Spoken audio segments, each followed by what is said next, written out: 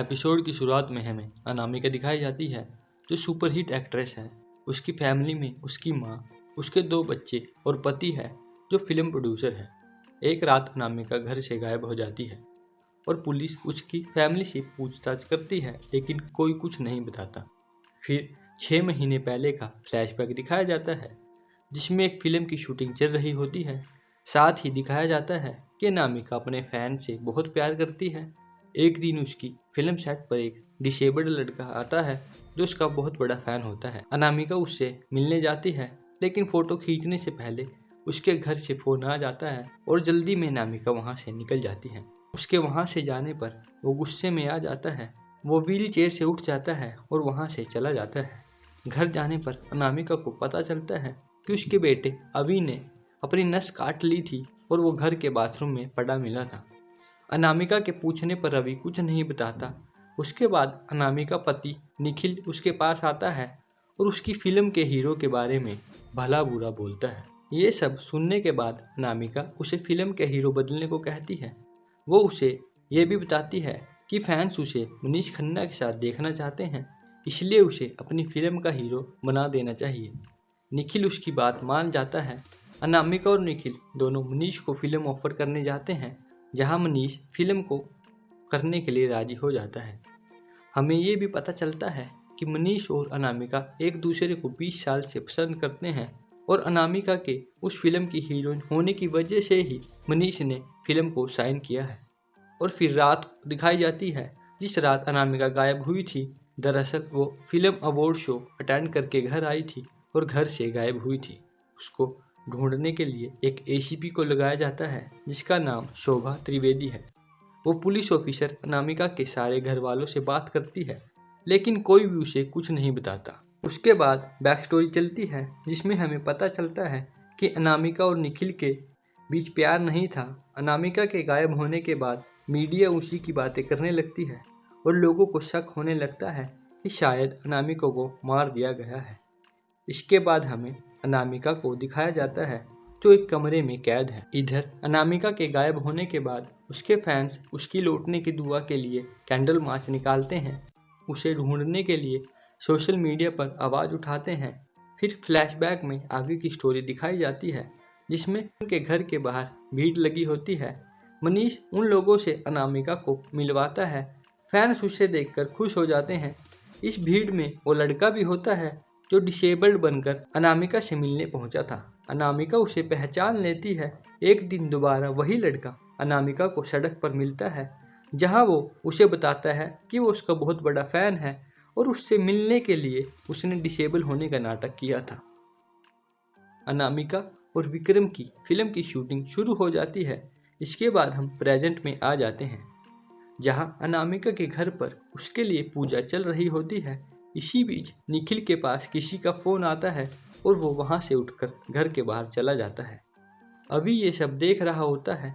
अभी अनामिका के makeup artist, जो उनके फैमिली मेंबर्स को अच्छे से जानते हैं, को बताता है कि उसे लगता है कि उसकी मोम को गायब करवाने में उसके डैड का ही हाथ है। निखिल घर से निकलकर फाइनेंसर से मिलने जाता है और उसे तसल्ली देता है कि फिल्म अपने शेड्यूल पर ही रिलीज होगी।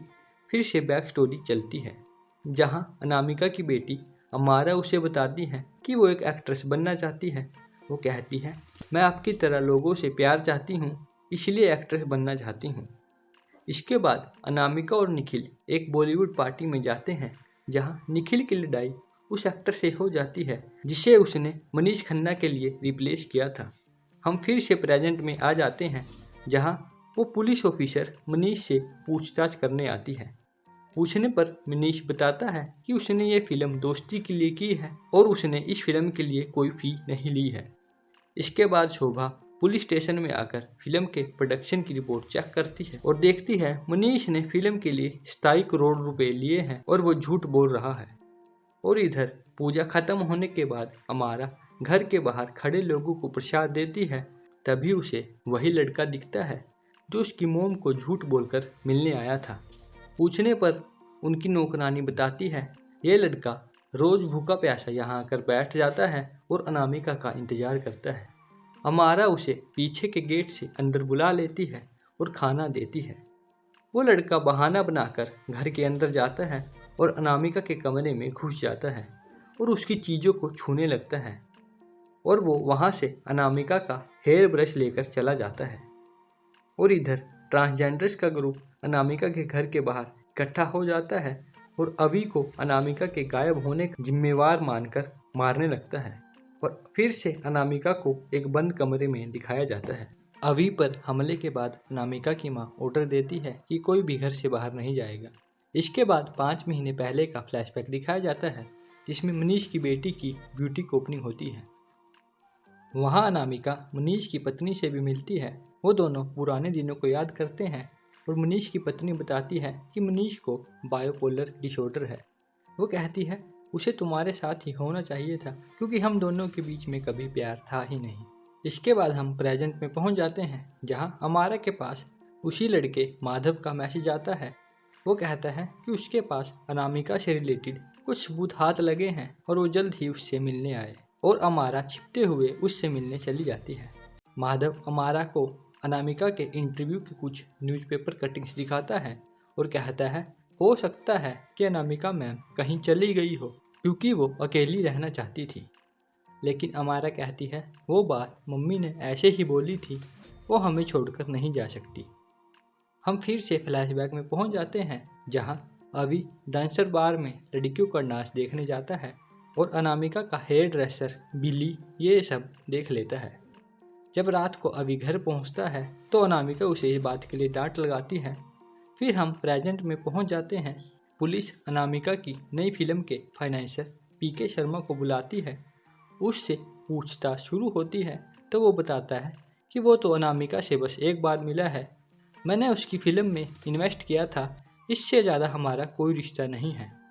शोभा कहती है मुझे तुम्हारे क्लब्स के बारे में पता है और एनसीबी में मेरे कुछ दोस्त भी हैं, उन्हें बता दूं तुम्हारे क्लब्स में क्या होता है। तो पीके शर्मा एक डील करता है कि मैं तुम्हें मूवी की सारी फाइनेंशियल रिपोर्ट दे देता हूँ और तुम मुझे यहाँ से जाने दो। शोभा डील के लिए मान जाती है और रिपोर्ट ले लेती है।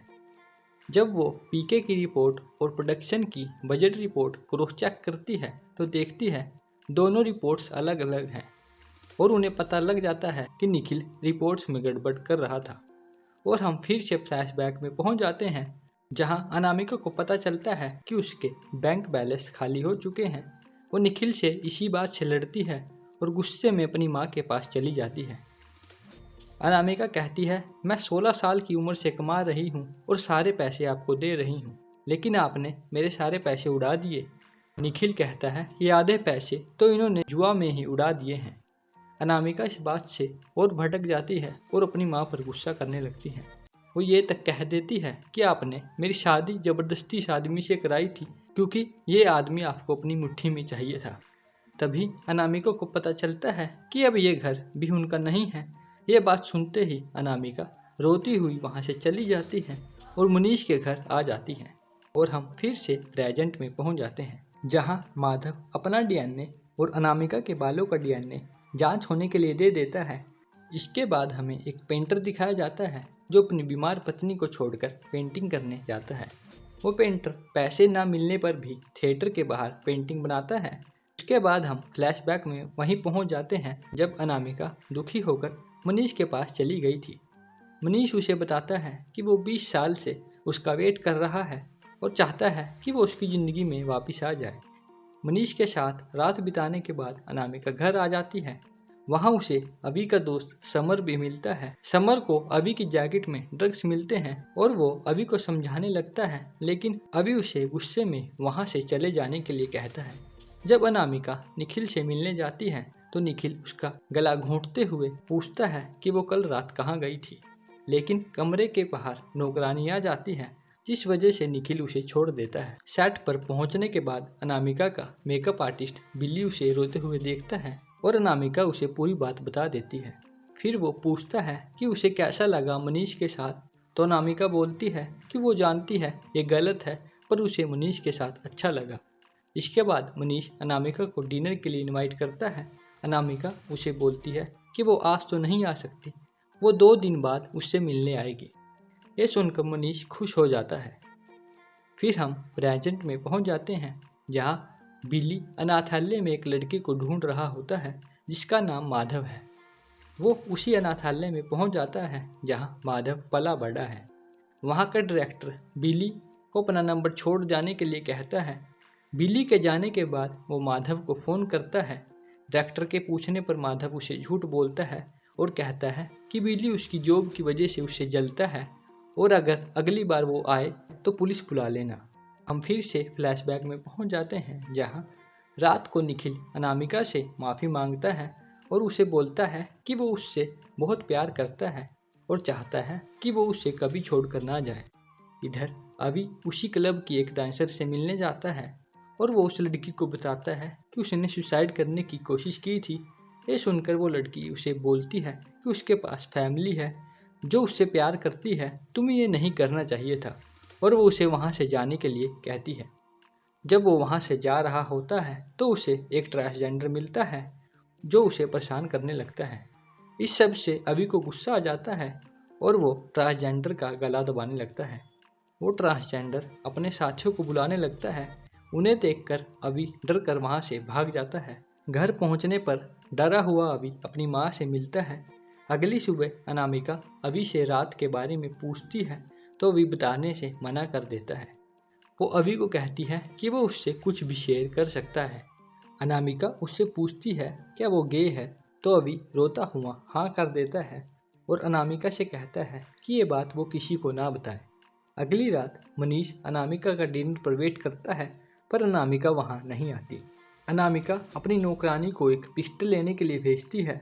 पिस्टल के आ जाने के बाद वो उसे अपनी लॉकर रूम में रख देती है। फिर उस पेंटर को दिखाया जाता है जिसे एक थिएटर मालिक पैसा देता है और बताता है कि उसने इस थिएटर को बेच दिया है और अब उसे यहाँ पेंटिंग बनाने की ज़रूरत नहीं है। इसके बाद वो पेंटर घर चला जाता है और हमें पता चलता है कि अनामिका उसके घर में कैद है और उसी ने अनामिका को किडनैप किया है।